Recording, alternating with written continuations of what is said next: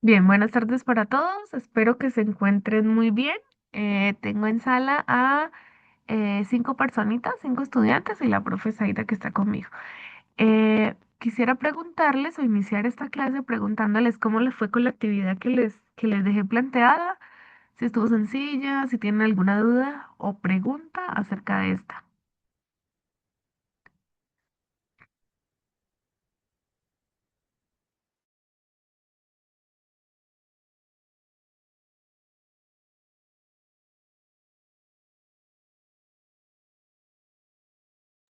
¿Ninguna? ¿Todo perfecto? ¿Todo se entendió bien? Bueno, el silencio me indica que sí. Entonces... Eh, también preguntarles si han podido revisar el link o bueno, el canal de YouTube en donde se le han ido subiendo cada uno de los videos de las clases que hemos tenido. Entonces, espero que sí, que los estén revisando y si tienen alguna pregunta, duda o inquietud respecto a cada una de las clases, por favor me la hagan saber en estos minuticos que se abren, pues, eh, cada, u- en cada clase pues, para ustedes. Bien, voy a iniciar la clase de hoy hablándoles un poquito acerca de una pequeña reflexión y es que cuando nos sentimos solos, que ya no podemos más, es el momento preciso para volverle a intentar, ya que la constancia es el secreto de cualquier éxito. Muchas veces analizamos o pensamos las personas que tienen éxito aquellos personajes exitosos que a veces nos inspiran, pero esos personajes exitosos para llegar ahí tuvieron que pasar por múltiples desafíos y retos que los llevaron a exigirse un poco más y a continuar siendo constantes para poder obtener los resultados que hoy tienen.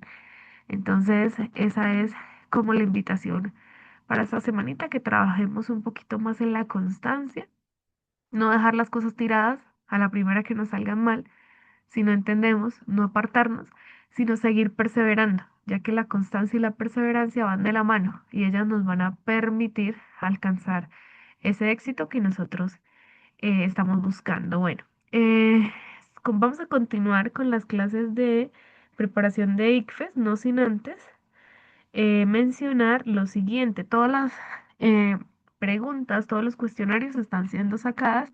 Por acá les coloqué del ICFES, la página del ICFES, ¿no? Entonces, todos ellos pues mantienen sus derechos de autor. No son eh, temarios míos, sino que se encuentran directamente allí. Recuerden que en la primera clase que tuvimos yo les enseñé cómo entrar allí a la plataforma del ICFES, a la página y encontrar todo este material y muchos otros más que ustedes pueden utilizarlos para apoyarse. También el calendario y tips que les entrega la prueba para cuando ustedes lleguen a presentarla. Y bueno, en ese orden de ideas vamos a comenzar con esta sesión de clases. Entonces seguimos en ciencias naturales. Recuerden que ciencias naturales está compuesta de tres subáreas, ¿no? Que son biología, química y física. Es decir, en este tiempo estamos viendo esas tres materias, ¿listo? Que componen una sola área dentro del ICFES. ¿Listo? Bien. La ponderación y eso ya se las había explicado en una primera clase. Si de pronto alguien no la tiene clara, ir a revisar ese videíto.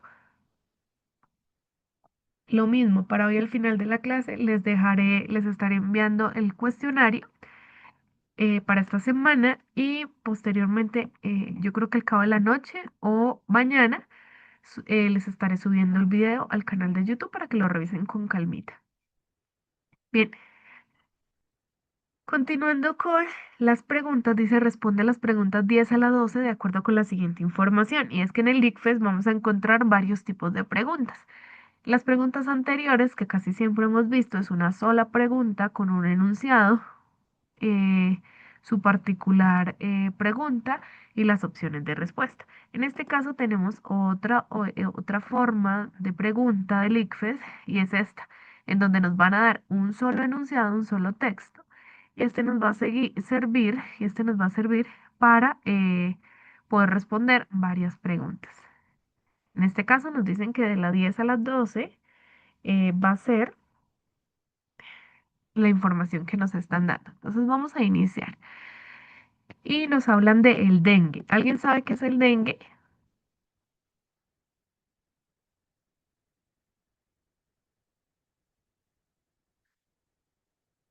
Bien, nos hablan acá. El dengue es una enfermedad tropical producida, es tropical, es decir, no están todos los subclimas. Recordemos que en Colombia no manejamos estaciones, sino climas o pisos térmicos.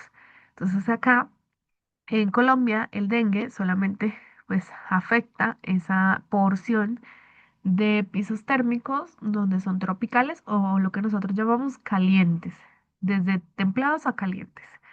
Y esta enfermedad es producida por la infección con un virus. Listo, mucho ojo con eso, que se transmite a través de las picaduras de algunos mosquitos, no todos los mosquitos. Otra cosa, de la hembra. No sé si ustedes lo sabían, pero el mosquito que pica no es el macho, sino es la hembra. Y en este caso, el dengue se transmite por un género de mosquitos que se llama Aedes, a veces la especie aegypti es una de las más controversiales para este tipo de enfermedad. Bien, entonces, si ustedes de pronto están asociados con el dengue o conocen un poquito del dengue, ustedes saben que es una enfermedad bastante complicada y puede llevar o desencadenar a la muerte, ¿no? De una persona. Que para eso pues existen ahorita actualmente vacunas, pero lo más, y bueno, y pues a través de la prevención, ¿no? Pero lo más importante es eso, prevenirlo, usando pues diferentes métodos para pues evitar contagiarnos de ellos, ¿no? Y ya las vacunas son para, por favor, contrarrestar la enfermedad. También es importante detectar los primeros síntomas a tiempo para que haya menor tasa de mortandad. Nos dice, este tipo de mosquitos se reproduce principalmente en aguas estancadas. Algunas, eso es muy importante, algunas de las medidas que que recomiendan las entidades estatales para disminuir los casos de personas infectadas son. Entonces, muy importante lo que les hablaba en la etapa de la prevención. Tapar los recipientes con agua que estén al aire libre. Por ejemplo, los contenedores de agua o lavaderos.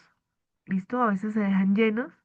En los climas fríos, pues no hay incidencia, pero en los climas templados y calientes sí, porque recuerden esto, los mosquitos se reproducen en aguas estancadas. Esto es muy importante. O sea, ellos tienen, y ahorita les voy a mostrar el ciclo de vida de ellos, y ustedes van a entender por qué es tan importante que nosotros no dejemos eh, estanques o recipientes que almacenen agua al aire libre. Eliminar llantas, botellas, barriles u otros recipientes que puedan retener el agua. Hace un tiempo un,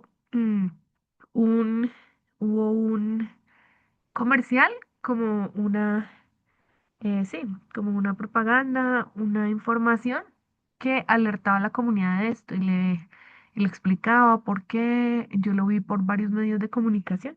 Entonces esto es bastante importante. Y lo siguiente es usar insecticidas para mosquitos, listo. Esto de los insecticidas es un poco controversial porque ahorita pues se está manejando en el mundo eh, toda la de la parte orgánica, ¿no? Se han visto todo esto, entre más avance el tiempo, queremos ser un poquito más fit y más orgánicos, ¿listo? Entonces dejando un poco a un lado los químicos, ¿sí? Porque en el pasado todo era químico, ahorita pues se habla un poquito de la parte orgánica, activar ese sentido o esa conciencia ambiental para que no solo no nos haga daño a nosotros como seres vivos, sino que estemos como en contexto y en consenso con no dañar al ecosistema o a la comunidad que nos rodea. Entonces también esto es muy importante.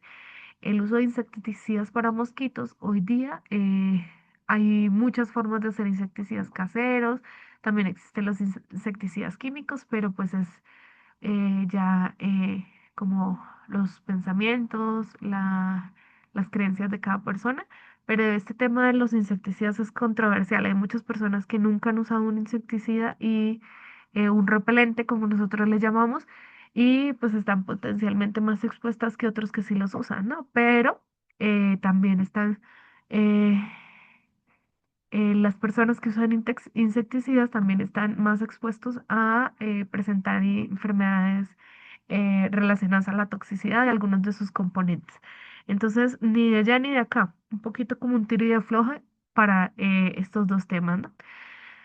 Seguidamente, esta primera explicación nos dice, investigaciones recientes han demostrado que adultos de algunas especies del mosquito del género Aedes son más resistentes que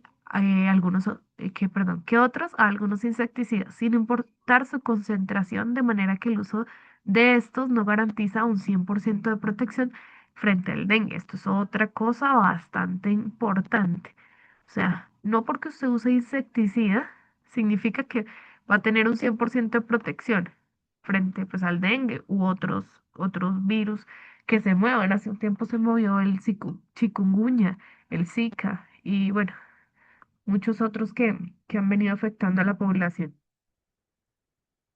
Pero esto es importante, hay algunos mosquitos que han desarrollado la resistencia. No sé si ustedes han oído esta palabra, que también es bastante importante, y es que a medida que va pasando el tiempo y a medida que nosotros vamos tratando de mitigar enfermedades, parásitos, como muchos frentes de ataque que nos puedan enfermar, el ser humano a medida que los va, como que va mejorando o innovando un poquito más en esa parte, algunos de estos organismos van creando una resistencia.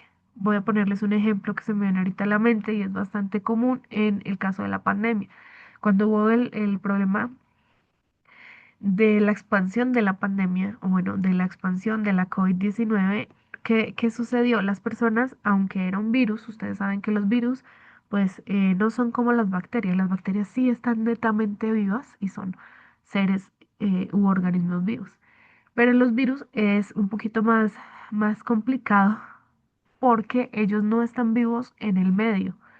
Ellos se activan cuando entran, cuando tienen contacto con un organismo vivo. Entonces ellos se pegan a la maquinaria celular, por ejemplo, de nosotros los humanos, y por eso es que nos da gripa, nos enfermamos, porque ellos se basan en el sistema de replicación que tienen las células de nuestro cuerpo, se pegan ahí y pues son, como se adhieren a esos, no son detectables por el cuerpo, por el sistema inmune. Entonces, por eso es que cuando usted se enferma, se da cuenta que está enfermo, pues al cabo de que ya, pues al tiempo de que el virus ya se ha incubado en su organismo y ya está liberando más virus. Entonces, cuando pasó el tema de la pandemia del virus, del coronavirus, esto sucedió. La gente comenzó a automedicarse. eh, con antibióticos. Y entonces las personas decían, no, es como un virus, no es un virus, sino es como una gripa y puede ser bacteriana. Entonces comenzó a automedicarse con antibióticos. Algo muy importante es que los antibióticos, por acá les voy a escribir antibióticos, pues es una palabra compuesta en el español, ¿no? Anti significa no y biota significa vida. ¿Listo? Entonces, la idea de los antibióticos es pues no generar vida o matar, básicamente, matar todo lo que tenga vida dentro de su organismo. Entonces, los antibióticos generalmente provocan una descompensación a nivel de la flora bacteriana natural que tiene su cuerpo. Y por eso es que muchos de ellos, pues al cabo de que usted está tomando el tratamiento, se destruye su flora intestinal y causa como la diarrea, ¿no? Pero entonces ellos matan es pues básicamente todo lo que los organismos, microorganismos dentro de su organismo que estén vivos.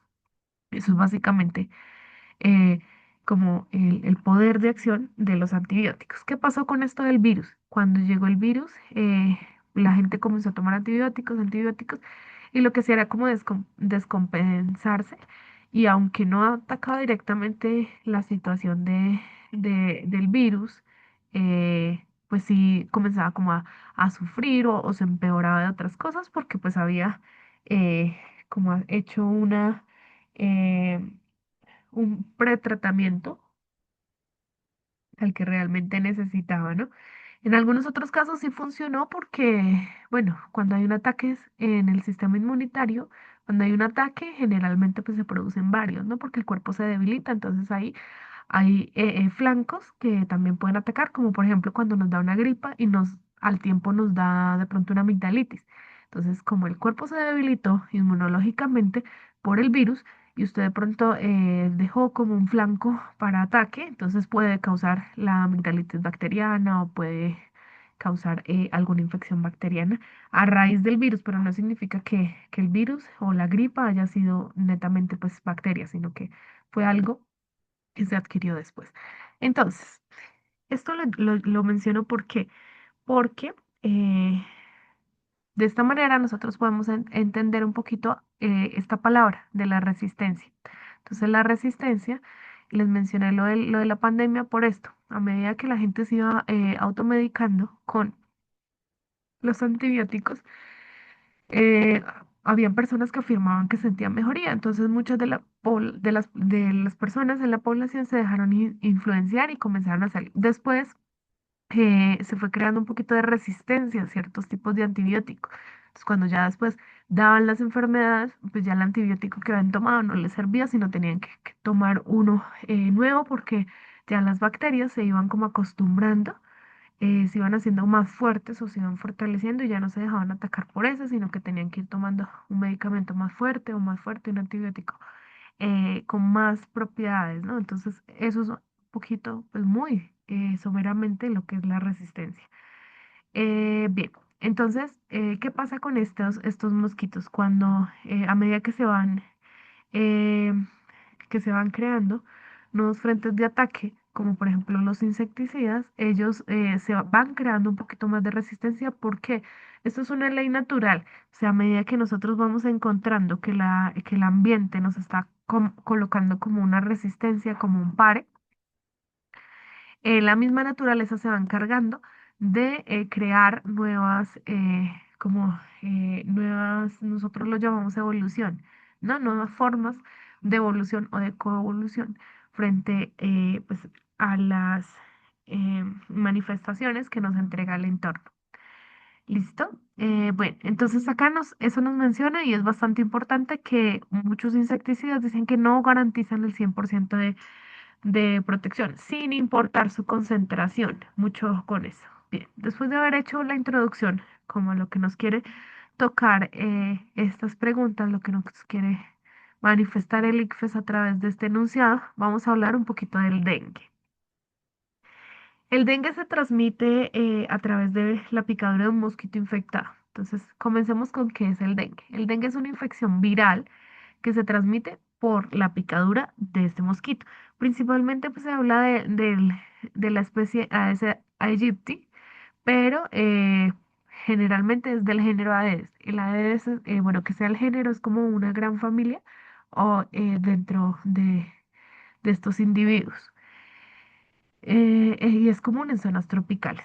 Uno de los efectos que causa el dengue es fiebres bastante altas, dolores de cabeza, dolores musculares, articulares. Hasta ahí vamos como parecido a una gripa, pero adicionalmente pues causa erupciones. El tratamiento es sintomático y pues eh, en, en el hospital o en algún puesto de salud o cuando les brinden los primeros auxilios hacia la salud, pues los van a tratar. Y pueden ser con antivirales específicos que ayuden a tratar pues ese virus del dengue. Pero pues hay algo bastante primordial y esencial y es que el dengue se puede evitar a través de la prevención. ¿Listo? Entonces lo que les decía hace un momento, evitar tener criadores de agua que puedan generar eh, un, una zona importante para que el mosquito del dengue se produzca en su casa y evitar así picadores. Entonces, por acá yo les coloqué unas imágenes en donde podemos encontrar, bueno, en la primera imagen vemos un mosquito, pues la palabra correcta es mosquito, pero nosotros, por ejemplo, donde yo vivo, les llamamos zancudos, ¿sí? Sin importar el tamaño que tengan, se les llama zancudos. Pero pues la literatura habla de mosquitos. Bien, entonces los mosquitos, ¿qué hacen?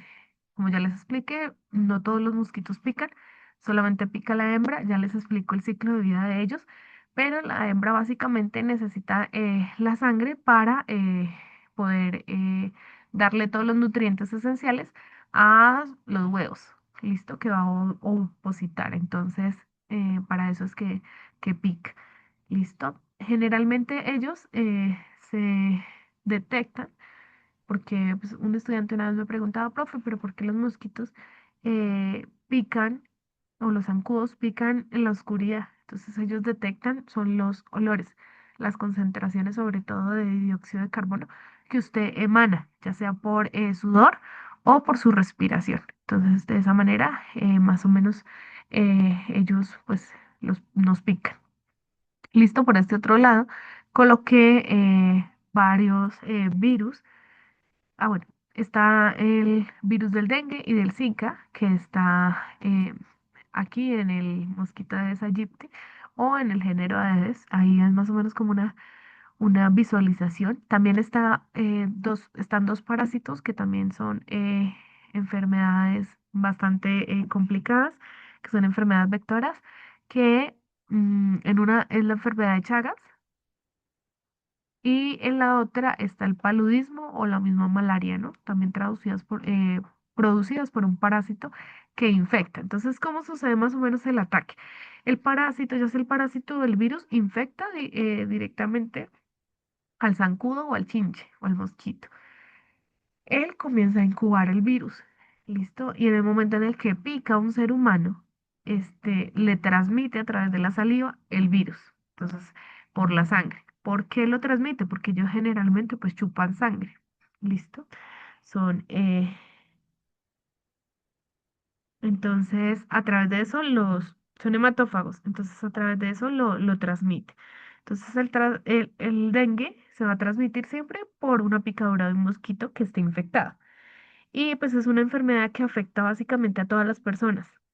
Los síntomas pues varían desde bastante leves a una enfermedad que puede progresar a formas graves y causar dificultades respiratorias, daños graves en los órganos, en fin.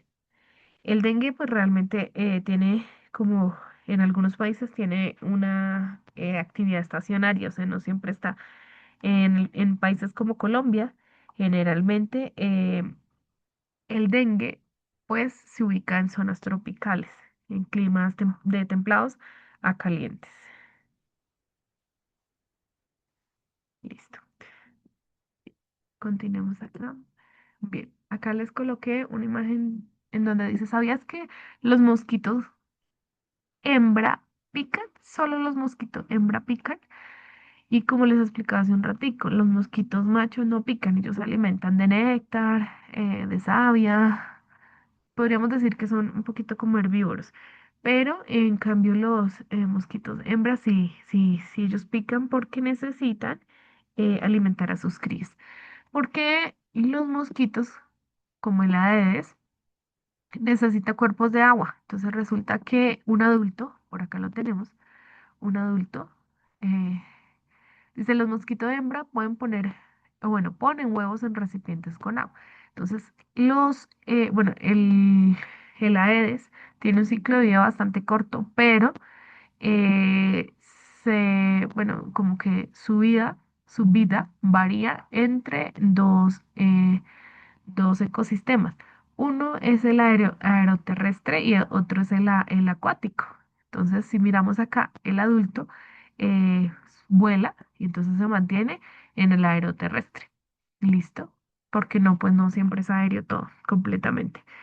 Luego va a poner sus huevos solamente en un estanque con agua, es decir, los huevos para que se desarrollen necesitan la acuosidad, o sea, un medio acuático que les proporcione nutrientes, que les proporcione protección y acá, como le dice, ellos están cubiertos con agua y las larvas salen de los huevos en unos pocos días o meses. ¿Listo? Entonces, dependiendo de las condiciones que le esté brindando el medio, ellos van a nacer más o menos rápido.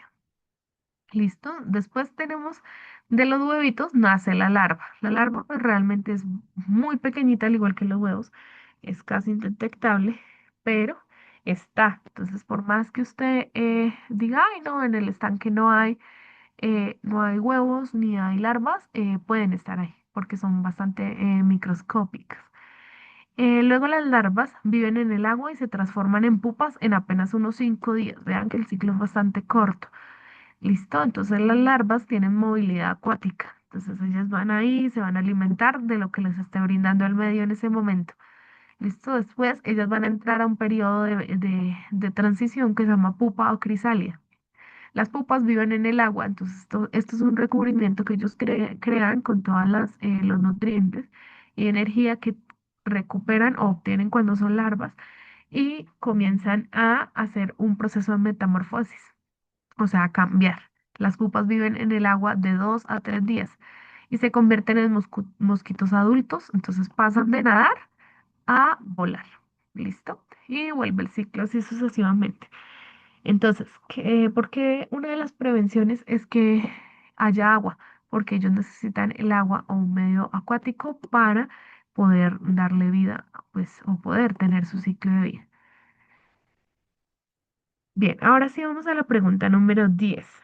Entonces, la pregunta 10 nos dice, los habitantes de un municipio quieren que todas las personas conozcan que el uso de insecticidas no garantiza la protección contra el dengue. ¿Cuál de las siguientes carteleras comunica apropiadamente los resultados que soportan este descubrimiento?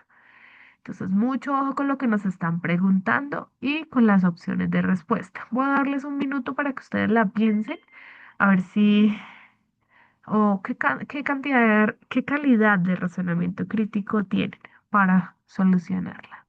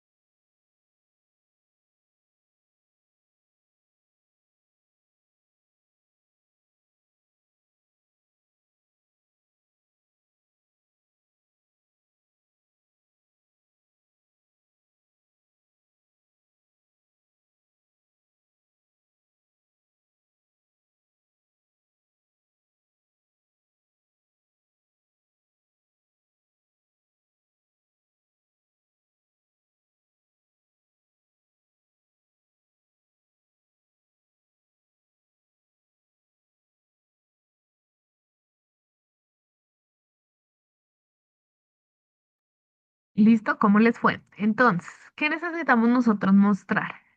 Que la protección, usar insecticidas no siempre nos va a garantizar protección contra el dengue. Eso es lo que necesitamos mostrar. Entonces la A nos dice, usar insecticidas no te protege 100% del dengue, eso está bien.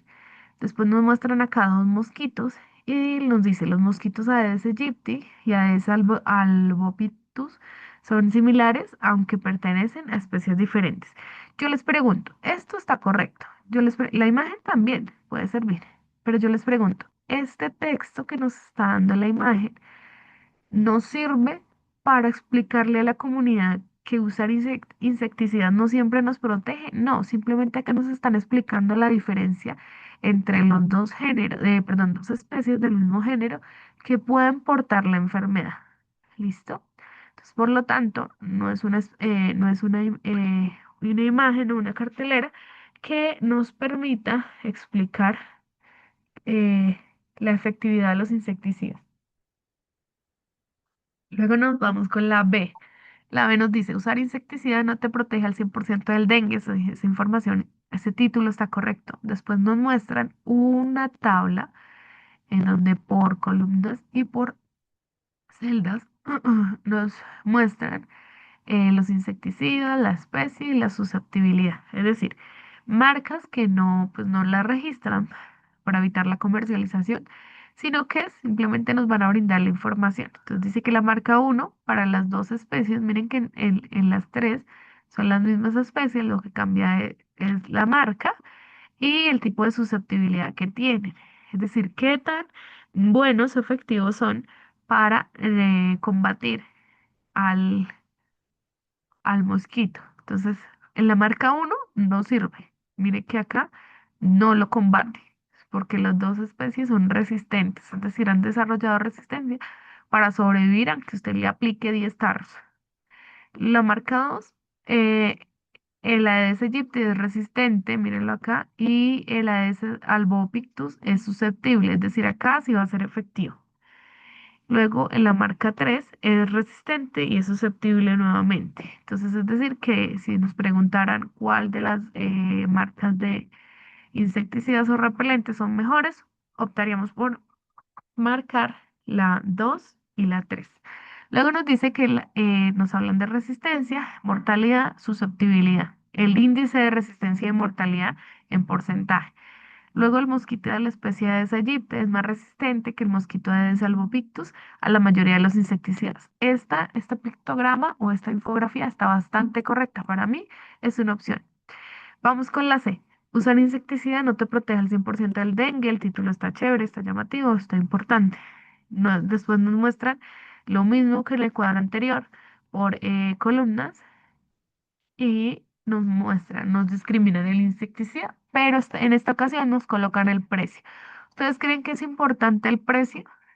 Aunque para nuestro bolsillo sí sea importante. La verdad, lo que nos va a proteger frente al dengue es que haya susceptibilidad del insecticida hacia el mosquito. Y acá no lo está mostrando. Listo. Acá. Incluso nos dicen abajo, los costos de los insecticidas difieren según la marca. Y vamos con la D. Usar insecticida no te protege al 100% del dengue. El título está bien. Número de casos de personas infectadas entre 1993 y 1997. Realmente es un número bastante antiguo. Es una fecha, un lapso de tiempo bastante antiguo y después acá nos van mostrando. Desde 1993 hubo 1.500 afectados, en 1994 1.800, en 1995 2.000 afectados de dengue o 2.000 infectados realmente. En 1996 1.000 personas, en 1997 2.000 personas. Y luego nos dice, ha habido un aumento en el número de casos de personas infectadas al comparar los años 1993 y 1997. Yo acá les quiero hacer un paréntesis en algo. Realmente, además de que son demasiado viejos estos datos, ¿de qué me van a servir?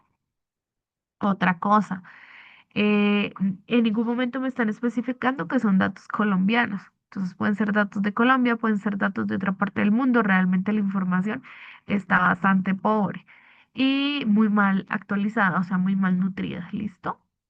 Finalmente, si lo comparáramos, o sea, si de pronto tuviéramos dudas con la D, si lo comparáramos con lo que nos está preguntando el texto o la pregunta nos dice, ¿cuál de las siguientes carteleras comunica apropiadamente los resultados que soportan este descubrimiento? ¿Cuál descubrimiento?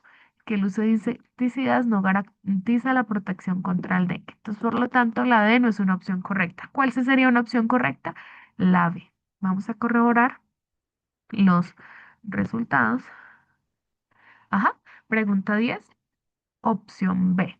Vamos a salir de la grabación, puesto que ya se va a vencer. Quedan 3 minutos, entonces, y regresamos por este mismo link.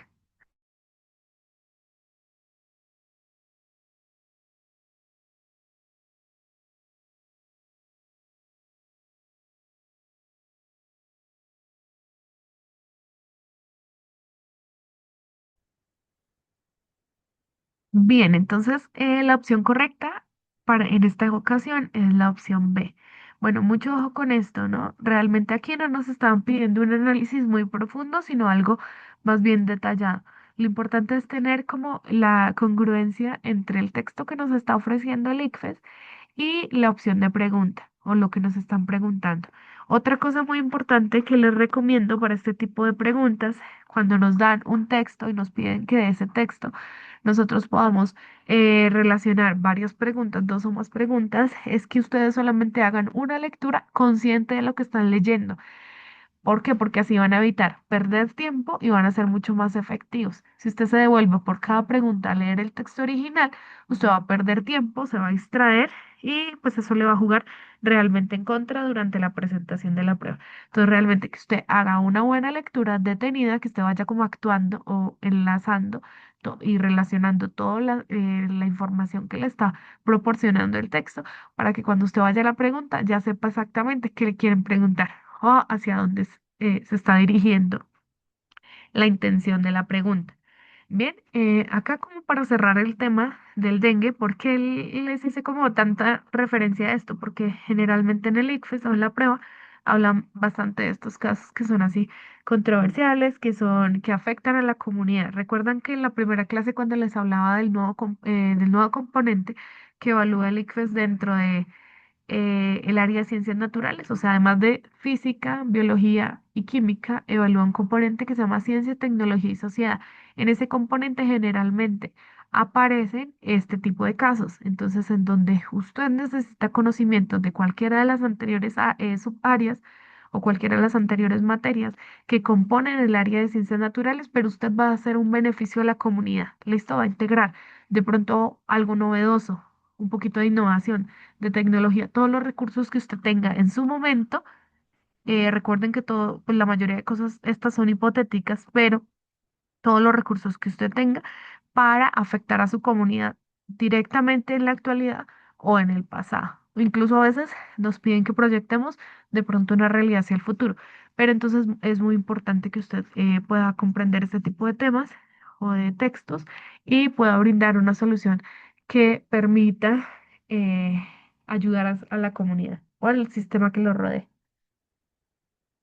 Bueno, como dato curioso, el dengue pues ya hablamos que es una enfermedad viral y fue originada en África o en el sudeste asiático realmente.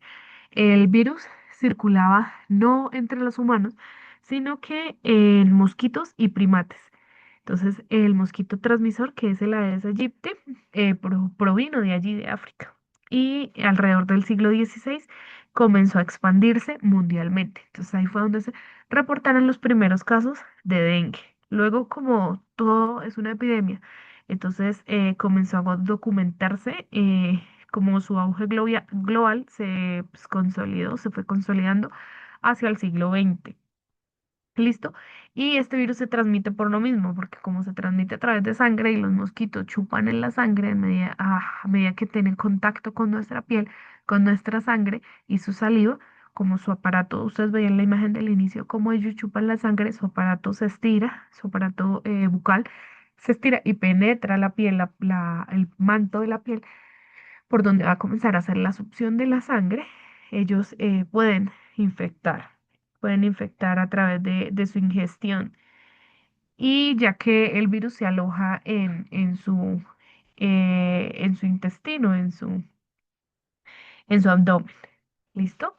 Bien, vámonos con la siguiente pregunta, la número 11. Y nos dice de la siguiente manera, recordemos que esta pregunta se enlaza al enunciado anterior, o sea, vamos a seguir hablando del dengue. Pregunta 11. Al observar la manera como se transmite el dengue, un estudiante afirma que puede garantizarse una protección del 100% frente al dengue con el uso de insecticidas. ¿Qué hablamos de esto? Entonces recordemos que el uso de insecticidas no nos va a proporcionar nunca el 100% de protección contra el dengue. ¿Por qué? Porque ya nos hablaban de algo que se llamaba resistencia. ¿Sí recuerdan? La resistencia es que algunos mosquitos no se van a afectar o no van a presentar afectación, sino que más bien van a tener tolerancia hacia los componentes de los insecticidas. Entonces, por eso es que muchas empresas generalmente van cambiando sus fórmulas para que pues, haya más acción insecticida. Un ejemplo lo tenemos con los matacucarachas. Por ejemplo, marcas muy conocidas como Rai, o bueno, o entre otras, no conozco más, pero ellos van cambiando o mejorando sus fórmulas químicas para que estos componentes sorprendan al insecto y lo puedan pues matar. No sé si ustedes han visto un video que me parece bastante peculiar en las redes y es que hay una persona que ve una cucaracha y le asusta, entonces coge su spray y comienza a rociárselo todo, después no funciona, entonces coge un segundo spray y se lo rocía todo y están como en un sitio cerrado, en un baño, y entonces el animalito nunca muere, sino se queda ahí. Y de tanto, pues ustedes saben que ellos, los spray, generan demasiados gases, entonces al final la persona que termina desmayando, o bueno, el ser que termina desmayándose es la persona y no el insecto, no la cucaracha. Entonces, el uso de insecticidas es un tema bastante controversial, mucha tela para cortar ahí. Dice, debo aumentar, bueno, dice, al observar la manera en cómo se transmite el dengue, un estudiante afirma que para garantizarse una protección del 100% frente al dengue con el uso de insecticidas, debe aumentarse la frecuencia con la que estos se aplican. Es decir, esta persona me está diciendo que el insecticida a nosotros no nos funciona porque nos estamos aplicando una sola vez al día, por ejemplo, o dos veces al día. Entonces, esta persona afirma que si nosotros aumentamos el número de veces de aplicación en el día, es decir, aumentamos la concentración del insecticida en nuestra piel o en el entorno, va a haber una protección del 100% frente al dengue. Sabemos que eso no está correcto, pero vamos a mirar. Dice, de acuerdo con la información del contexto, o sea, lo que nos están formulando, lo que nos están planteando, la hipótesis del estudiante debería mantenerse o cambiarse. Entonces, principalmente usted debe definir si se mantiene la hipótesis, o sea, si es verdad lo que le está diciendo, o si debe cambiarse porque usted sabe que no es correcto. Entonces, ¿ustedes qué opinan?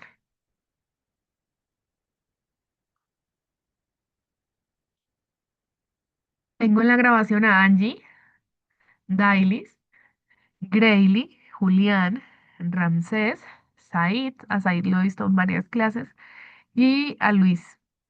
¿Quién de ustedes quiere opinar al respecto? O ninguno.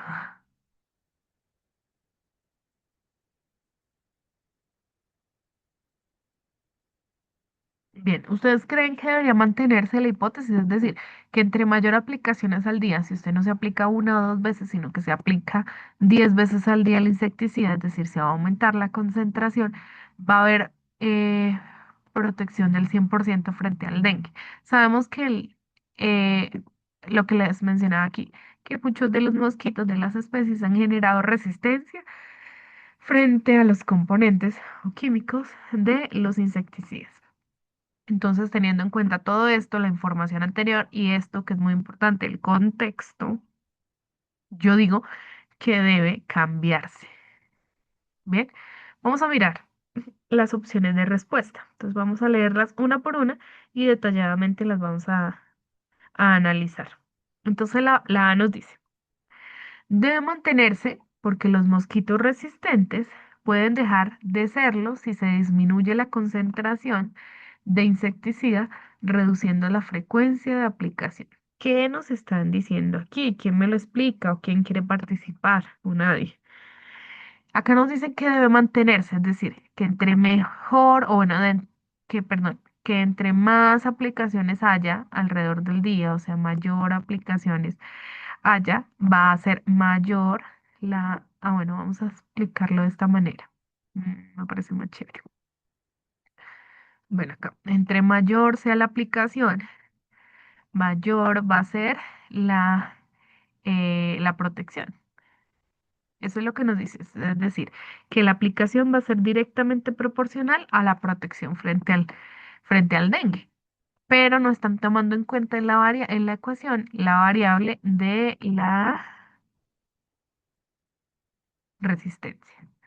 Entonces la nos dice que debe mantenerse, cosa que no es cierto, porque los mosquitos resistentes pueden dejar de serlo. O sea, acá nos están diciendo que los mosquitos resistentes pueden dejar de ser resistentes si se disminuye la concentración del insecticida. O sea, realmente se está falseando completamente la opción. Dice reduciendo la frecuencia de aplicación. Es decir, ¿qué nos están? O sea, para que ustedes me entiendan. Acá en la pregunta nos están diciendo que el estudiante propone que se aumente lo que colocamos acá, que se aumente la concentración o sea, el número de aplicaciones para que se aumente la concentración.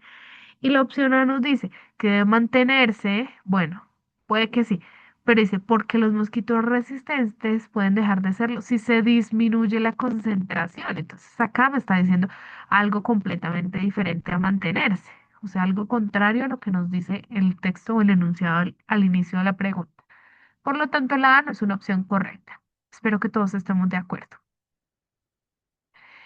Vámonos con la B.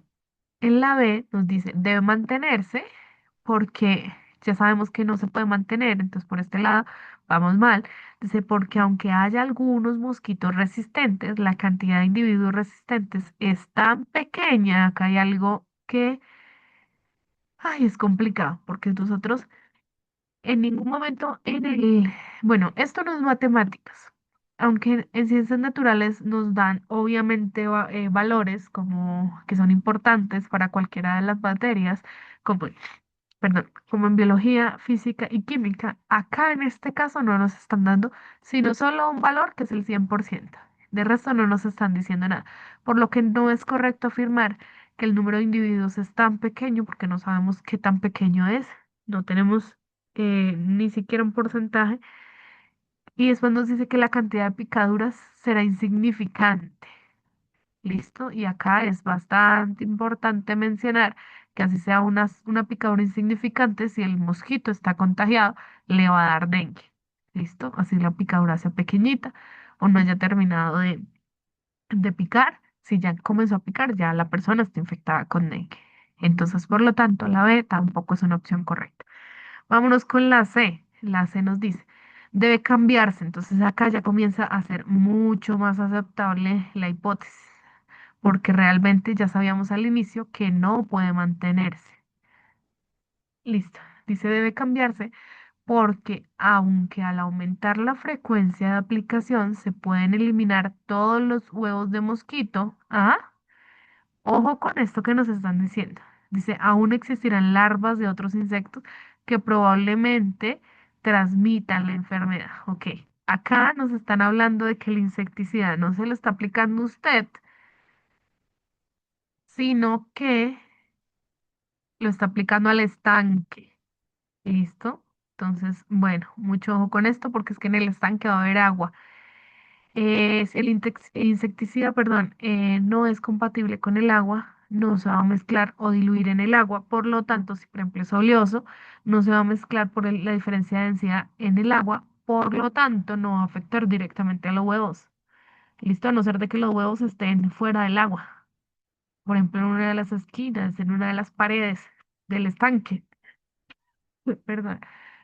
Listo, entonces mucho ojo con esta opción, porque aunque la primera parte es verdadera, la segunda es bastante complicada de entender. Dice, porque aunque al aumentar la frecuencia de aplicación, sí, esto sí, se pueden eliminar todos los huevos. Acá solamente nos están hablando de la fase de los huevos de mosquitos, aún existirán larvas de otros insectos que probablemente transmiten la enfermedad.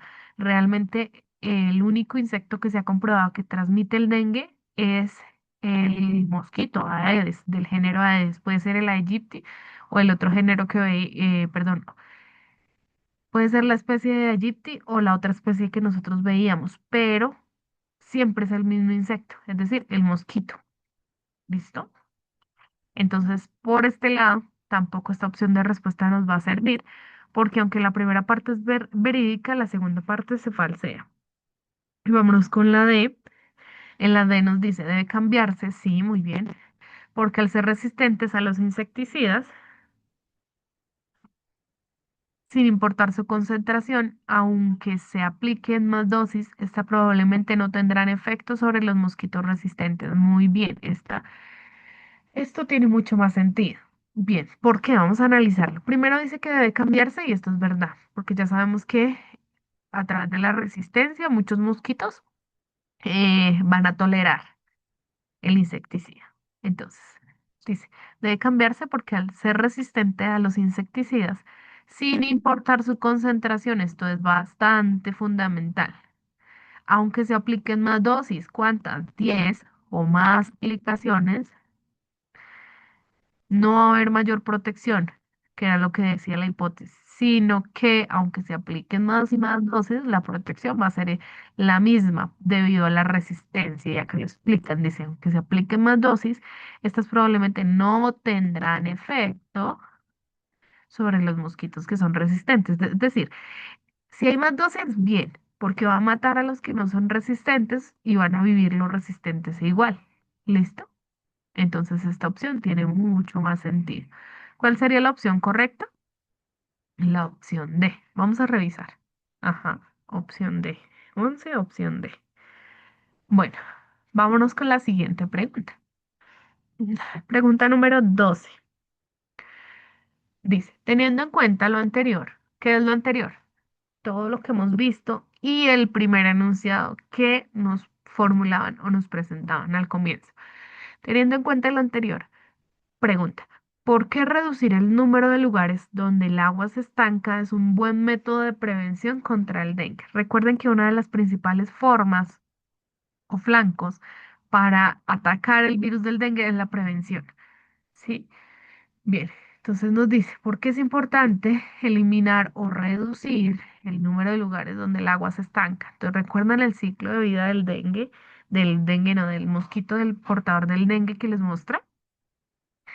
Y la mayor parte del ciclo del mosquito. Entonces, ¿recuerdan ustedes el ciclo? Si quieren, vamos a devolvernos para refrescarlo. Vamos a devolvernos acá. Entonces, todo el ciclo, miren acá, casi todo el ciclo realmente, todo esto es en el agua. Todo esto es en el agua, miren, en un medio acuoso. Solamente cuando el mosquito adulto es cuando está en el medio aeroterrestre. De resto, todo es acuoso. ¿Listo? Bien, ahora sí vámonos otra vez para allí. Preguntados. Dice, ¿por qué reducir el número de lugares donde el agua se estanca es un buen método de prevención contra el dengue? Entonces, lo mejor es prevenirlo. ¿Cómo lo vamos a prevenir? A través de la reducción del número de lugares en donde el mosquito puede vivir o puede dar nacimiento. ¿En dónde? En esos estanques, esos lugares. Entonces, por ejemplo, si usted tiene no sé, una poceta de agua, una piscina, un lavadero, un balde con agua de ropa. Todos esos son sitios exclusivos para que el mosquito ponga allí sus huevecillos. Bien, entonces vamos a mirar las opciones. La A nos dice, porque reducir, mm, porque reducir el número de lugares donde el agua se estanca disminuirán los casos de personas infectadas por beber. Dios mío, este tipo de agua. Ahora yo les pregunto, ¿cómo se transmite el dengue? ¿El dengue se transmite bebiendo agua o a través del agua por consumo? No, a través de los mosquitos. Muy bien, exacto. Entonces, se transmite a través de la picadura, a través de los mosquitos, pero no por beber el agua. Puede que en el agua haya mil huevecillos, pero pues existen muchas formas de tomar el agua, ¿no? Espero que ustedes no la tomen directamente de la llave, pero pues pueden haber filtros, pueden haber eh, hervir. El agua también es un mecanismo bastante bueno para matar todos esos microorganismos que se encuentran allí, incluso hasta parásitos. Entonces, no se transmite por beber el agua, por lo tanto la opción A no nos sirve. Vámonos con la B. La B nos dice, porque reducir el número de lugares donde el agua se estanca disminuirá muy bien los hábitats del mosquito. Es decir, esa primera, o bueno, es así, esa primera fase del ciclo del mosquito se va a disminuir. Por lo tanto, si el mosquito hembra no encuentra un cuerpo de agua para dejar sus huevecillos en su casa, probablemente se vaya a otra casa donde sí lo haya. Entonces usted en su casa va a tener un recinto sin eh, mosquitos del género Aedes que puedan potencialmente transmitirle a usted el dengue. Bien, hasta ahí vamos bien. Dice, y por tanto, no habrá tantas picaduras de mosquito que transmitan el virus a las personas. Muy bien. Entonces, si no solamente en mi casa pasa esto, sino que recuerdan la propaganda que les hablaba en un inicio. Sí, eso fue un programa de gobierno en donde se trataba de instruir a la comunidad, porque hay muchas personas que no tienen el conocimiento acerca de esto para que en todas las casas no se acumularan residuos de agua. Entonces, que si por ejemplo usted va a lavar en el lavadero, en el momento en el que lave, mantiene el agua y cuando ya termina de lavar, vacíe su lavadero. No significa que malgaste el agua, sino que de pronto pueda cubrir el lavadero o pueda utilizar toda el agua lavando para que no queden residuos de agua y potencialmente no se pueda reproducir allí el mosquito. Bien, por lo tanto, hasta el momento la B es una opción correcta. Vámonos con la C. Dice, porque al reducir el número de lugares donde el agua se estanca, hasta ahí vamos bien, el agua no producirá mal olor. Ojo con esto. En algún momento, ahorita, nos han hablado de que el dengue se transmite por mal olor, al igual que el beber. No, en ningún momento nos están diciendo esto. Dice, se favorecerá el crecimiento y reproducción de los mosquitos.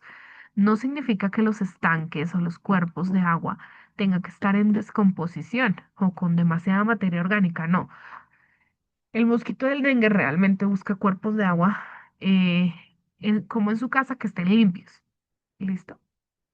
También utilizan los cuerpos de agua que están ya contaminados y sucios, pero si hay un cuerpo de agua limpio, ahí se va a reproducir, ahí va a poner sus huevos. Entonces, por lo tanto, la C no me cumple con lo que me está preguntando en este caso el enunciado. Vámonos con la D. Dice, porque al reducir el número de lugares donde el agua se estanca, si vamos bien, disminuirán los hábitats, ¿sí? Del virus y por tanto estos empezarán a infectar a las personas directamente sin necesitar a los mosquitos. Ok, no. El virus puede estar en el ambiente, sí, pero recuerden que este es un virus de la sangre. Entonces se transmite necesariamente a través de la sangre, ¿listo? Entonces, si no está el hospedero, el principal, vector, que es el mosquito, que es el que lo está llevando, eh, no va a haber como esa infectación masiva, como para provocar una epidemia, como lo es el virus del dengue. Por lo tanto, la opción D tampoco está muy correcta, que digamos. ¿Cuál sería la opción más viable, más verídica allí? Entonces, tenemos hasta el momento la opción B. Vamos a mirar si estamos en lo correcto. Ajá. Pregunta 12, opción de respuesta B. Entonces, en esta pregunta 12, básicamente lo que nos pedían es analizar el potencial del uso de los recursos naturales o los artefactos y todos los efectos sobre el entorno de la salud, así como también las posibilidades de desarrollo para las comunidades. En este caso, de esto, pues se trataban estas tres preguntas, 10, 11 y 12, que nos hablaban acerca del virus del dengue. Vámonos con la pregunta número 13. Entonces ya aquí salimos completamente de lo que estamos hablando y vamos a comenzar a hablar de otro tema. En este caso, vamos a tocar un poquito física. Entonces ya vamos a comenzar a ver un tema de física. Les voy a dar un minuto para que lean la opción de respuesta, la pregunta, perdón, y las opciones de respuesta.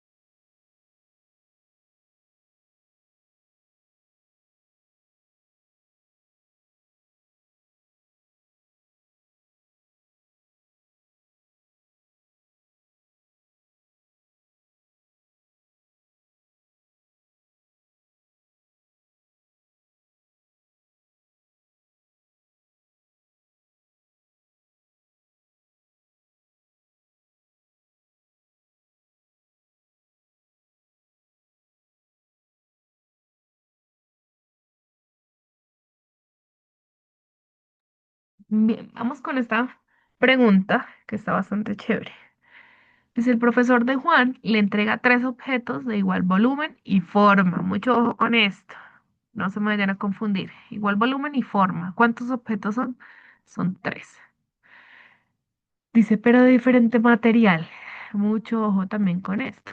Ay, no, qué línea tan torcida. Diferente material.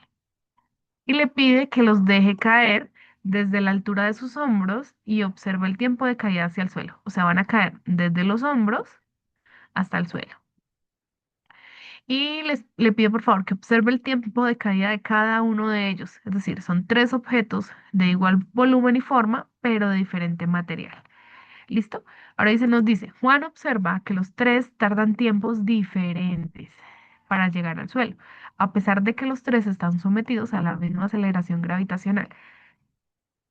Ahora nos pregunta, teniendo en cuenta la información anterior, ¿cuál de los siguientes, cuál de los siguientes preguntas, cuál de las siguientes preguntas se puede contestar a partir de las observaciones que realizó Juan? Entonces, básicamente nos están diciendo que Juan hizo como un estudio d- dependiendo de lo que el profesor le dio. Entonces él le da tres objetos diferentes con igual forma, igual volumen, pero diferente material. ¿Listo? Y los deja caer. Entonces, para aquí vamos a tener en cuenta varias cosas. ¿Listo? Entre esos, esta pequeña cosa que nos dicen acá, aceleración gravitacional. Ya les explico qué es. Bien, pero muy importante que podamos analizar la pregunta que nos están pidiendo. ¿Listo? Ahora, listo. Vamos a mirar las opciones de respuesta antes de pasar a explicarla. Y nos dice dice el tiempo de caída de los objetos depende de la altura del lanzamiento. Desde aquí ya vamos a mirar que la altura de lanzamiento para los tres objetos es la misma. Entonces dice que de cada uno de ellos Juan observa, no, sí, acá. Y le pide que los deje caer desde la altura de los ojos. Se observa el tiempo de caída al suelo. Para los tres objetos, la altura de lanzamiento es la misma, por lo tanto, la A ya la podemos ir descartando. El tiempo de caída de los objetos depende de la altura. Acá nos dice que los tiempos de cada objeto fueron diferentes, pero no dependen de la altura porque la altura es la misma. Va desde los hombros hasta el suelo. ¿Listo? Vámonos con la B. La B nos dice la fuerza gravitacional. Ya les explico qué es. Y acá nos dice que es proporcional a la masa de los objetos. Esto es importante.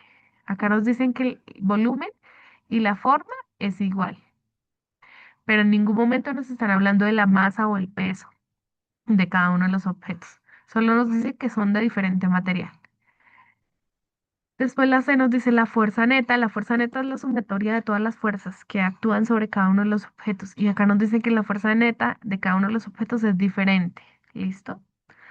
Y la D nos dice la forma de los objetos está relacionada con diferencias en la fuerza de fricción. Acá nos dicen, vuelvo y repito, que la forma y el volumen son iguales. La forma y el volumen son iguales. Lo único, de acá no nos mencionan nada. Ay, espérenme porque no se entiende así. La forma y el volumen son iguales, recuerden. De la masa no nos mencionan nada, pero el material sí nos dicen que es diferente. ¿Listo? Entonces al final la D nos dice, la forma de los objetos está relacionada con diferencias en la fuerza de fricción. Recuerden que la forma es igual, por lo tanto la D no es, porque si fueron tiempos diferentes, significa que la forma, según la D, la forma sería diferente. Y acá nos dice, la forma de los objetos está relacionada con las diferencias. Como no es diferente, la forma es igual y los tiempos fueron diferentes, por lo tanto ya puedo descartar la opción A y la opción D. Me quedo con la B y la C. Vamos ahora sí a mirar qué nos dice la pregunta. A detalle. Análisis. Deme un segundo. No quiere pagar.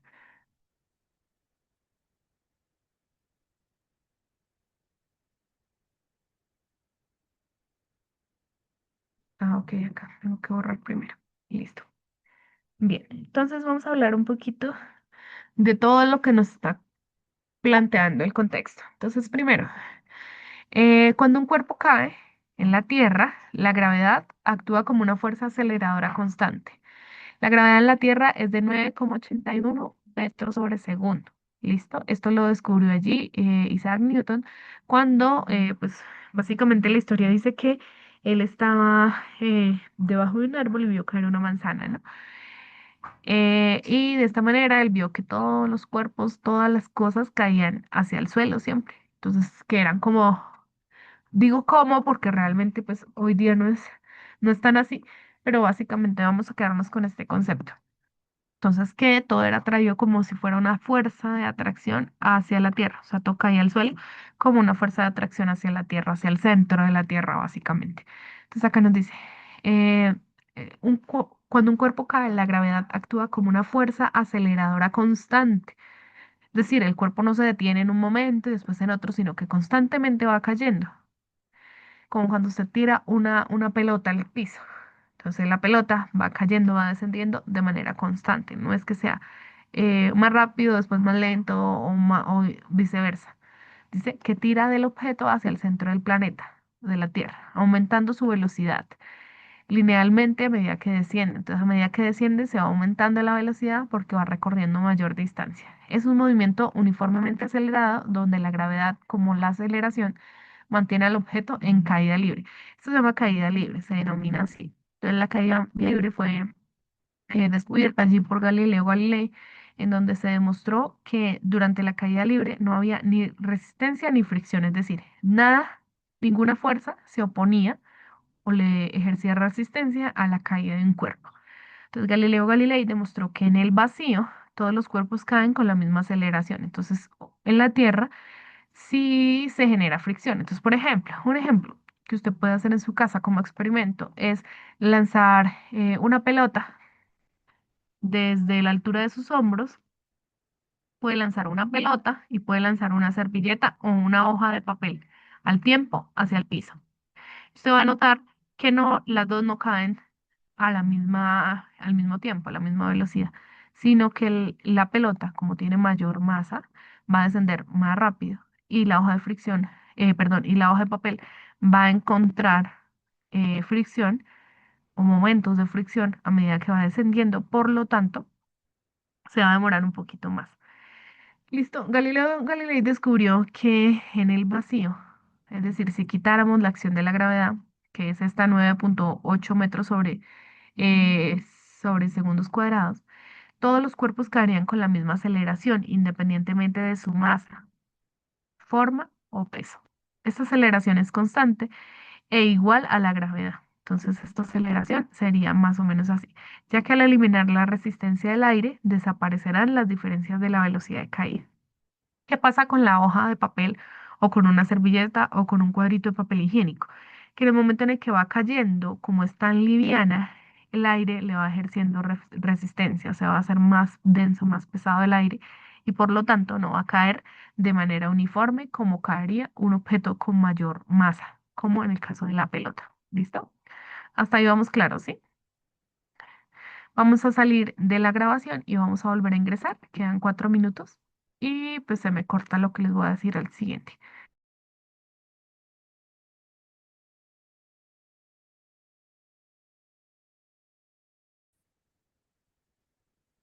Bien, continuando con esto, entonces, cuando hay caída libre, no hay resistencia ni fricción, como en un objeto que tiene masa, como cualquier objeto que usted pudiera lanzar, un vaso, eh, una pelota, un celular, un libro, todo lo que usted pudiera desprender hacia el piso, él va a caer sin fricción por la cantidad de masa que tiene, por su peso. Pero cuando se ejerce el mismo movimiento sobre cuerpos que no tengan, que sean más livianos, como una servilleta, el aire va a ejercer esa fricción, esa resistencia. ¿Listo? Bien. Por lo tanto, no van a poder descender de la misma manera. ¿Qué pasa con lo que decía Galileo Galilei? Entonces acá nos dice que si se demostrara, o bueno, si se hiciera el mismo experimento en el vacío, ¿cómo sería en el vacío? Donde no existiera esta fuerza gravitacional como la de la Tierra, que es de 9,81. Vamos a mirar un ejemplo. Hubo alguien, David Lee, un astronauta, que hizo el experimento en la Luna. Bueno, ahorita está muy famosa la Luna por esta expedición que está haciendo la NASA nuevamente allí, ¿no? Pero entonces resulta que la Luna, y acá les coloqué la gravedad en la Luna, es significativamente menor. Es decir, en la Luna no está la misma fuerza gravitacional que en la Tierra y es bastante menor. Mírenla acá. En la Luna es de 1,62 metros sobre segundos cuadrados. En la Tierra estamos hablando de 9,8 metros. ¿Qué pasa en la Tierra? Que es la fuerza de atracción hacia el centro. Acá estamos hablando de la Luna, ¿no? Entonces, por eso en la Tierra nosotros nos mantenemos como pegados al suelo y en la luna podemos saltar, podemos movernos con mayor amplitud. ¿Listo? Ustedes ven a los astronautas cuando hacen sus expediciones por el campo lunar y generalmente están así flotando, como brincando y van en cámara lenta, como lento. Esto debido a que allá la aceleración de la gravedad no es la misma. Entonces acá les coloqué. La gravedad en la Luna es significativamente menor que en la Tierra, siendo aproximadamente del 16,6%, es decir, un sexto de la gravedad terrestre, mientras que la aceleración de la gravedad de la Tierra es de 9,8 metros sobre segundo cuadrado. En la Luna solamente la gravedad es de 1,62 metros cuadrados. Esto provoca que metros sobre segundo al cuadrado, perdón. Esto provoca que una persona pese mucho menos y puede saltar más alto en la luna. Hace unos años salió el meme de que, ay, si yo estoy gordita en la Tierra, peso menos en la luna, algo así. Yo lo vi bastante en las redes sociales y realmente sí es cierto. Y allá hay algo, un fenómeno que acá les describí importante y es que ya no hay atmósfera, por lo tanto no hay fuerza de resistencia, de fricción, que le genere eh, como un contrapeso para el caído la caída de los objetos, perdón. Entonces, mm, este personaje, David Lee, hizo el experimento en la Luna y dejó caer un martillo geológico con una pluma. Y oh sorpresa porque los dos cayeron al mismo tiempo. Ustedes ven que las plumas, lo mismo que la hoja de papel y la servilleta, van a caer mucho más lento en la Tierra, pero en la Luna cayeron al mismo tiempo. Es decir, la velocidad fue igual. El tiempo de duración de la caída también fue igual. Por lo tanto, entonces allá, como hay menor aceleración de la gravedad, por esto, y no hay fricción, no hay atmósfera, por eso se le permitió caer de la misma manera. Listo. Vámonos con lo siguiente. Por acá también les coloqué cositas que son necesarias mencionar para poder relacionar lo que nos está pidiendo la pregunta. Entonces, por acá les coloqué lo mismo, seguimos hablando de la aceleración de la gravedad. Entonces, la aceleración de la gravedad se describe generalmente por esta letra, por G. Y ya sabemos que en la Tierra la gravedad es de 9,80, 81 más o menos. Hay personas o hay ocasiones en las que debemos tomarlas como 10, aproximarla a 10 para hacer algunos ejercicios. Pero en este caso sabemos que la gravedad es así, 9,8007, perdón, 807 o 81. Eh, la aceleración de la gravedad es la intensidad con que la Tierra bueno, atrae a los cuerpos, provocando una aceleración en caída libre de aproximadamente 9,807 metros sobre segundo cuadrado.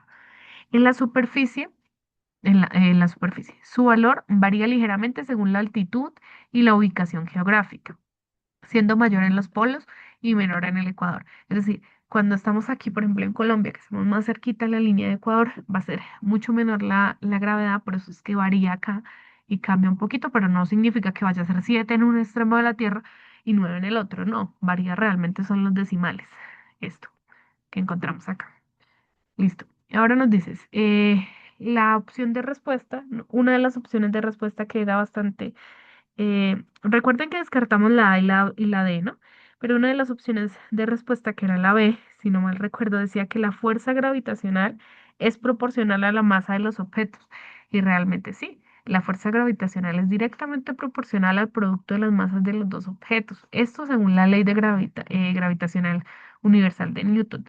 Lo que significa que si la masa de uno o ambos objetos es mayor, o sea, aumenta, la fuerza de atracción entre ellos también va a aumentar. ¿Listo? Bien. Pero es importante mencionar que aunque sí es correcto, en la pregunta en ningún momento nos están hablando de la masa de los objetos. Simplemente la discriminan, ni siquiera la mencionan. Bien, ahora otra cosa. La fuerza neta, porque en la otra opción nos hablan de la fuerza neta y nos dice la fuerza neta que actúa sobre cada uno de los objetos es diferente. ¿Qué es la fuerza neta? Yo les decía al inicio, es la suma de todas las fuerzas. Sí, es la suma vectorial de todas las fuerzas individuales que actúan sobre un objeto. Representa la fuerza total única que produce la misma aceleración que todas las fuerzas reales combinadas según la segunda ley de Newton.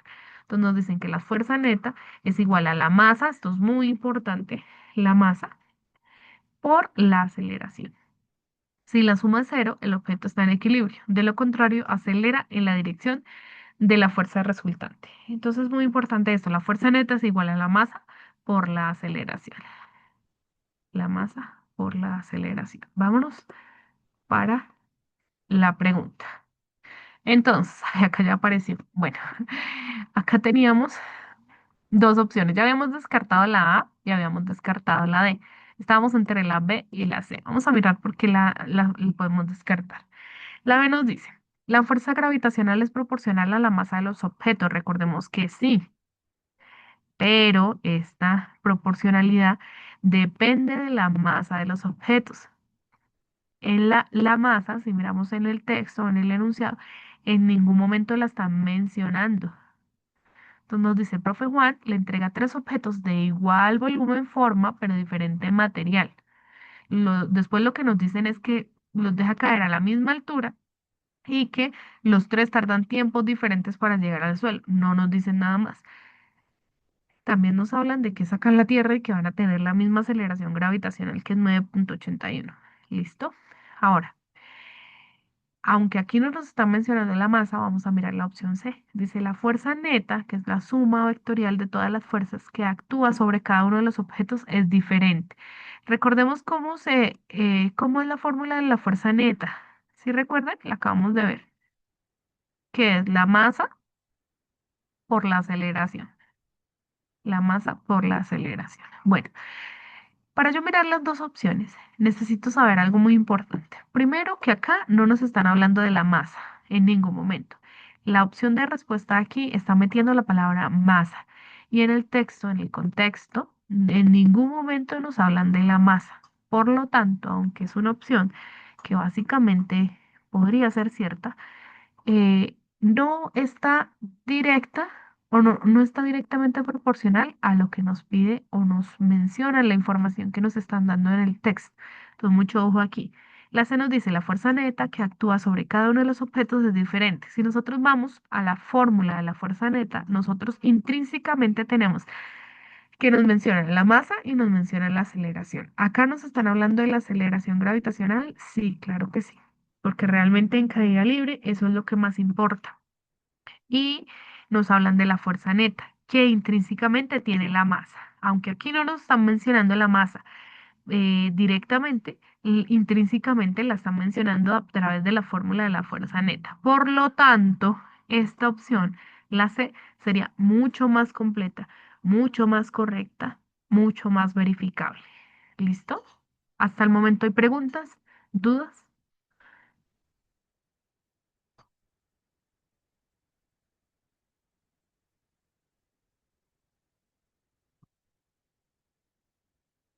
Bien, algo que se me olvidaba mencionar aquí y que es bastante también importante es esto. Nos dicen que los objetos son de diferente material, es decir, la masa va a ser diferente. ¿Por qué? Porque no va a pesar lo mismo un objeto, por ejemplo, que sea vamos a imaginar que los objetos eran peloticas. Puede ser una pelota de ping-pong, otra puede ser una pelota de tenis, otra que la pelota de ping-pong básicamente no pesa nada. La pelota de tenis pesa un poquito más y otra puede ser una pelota de boliche, que es una pelota bastante pesada, es de hierro, ¿no? O por ejemplo estas que juegan bolos, creo que se llaman, estos juegos tradicionales. Bueno, entonces, aunque sigue siendo una pelota, son de diferente, bueno, acá nos hablan de que son de igual volumen, entonces tendríamos que adaptarlas para que todas fueran igualitas, pero lo diferente es el material. Entonces, como esta está hecha completamente de plástico, va a ser más liviana. Como esta está hecha de aleaciones y forrada por tela, va a ser diferente. El material es diferente, por lo tanto su masa es diferente. Y finalmente la última está hecha de hierro, por lo tanto su volumen, aunque es igual a los anteriores, su forma es igual, la masa va a diferir bastante. Listo. Continuemos con la pregunta número 14. Con la 14. Bien, en la pregunta número 14 tenemos varias cosillas por aclarar. Vamos a leerla primero. Voy a darles la oportunidad de que la lean un minuto.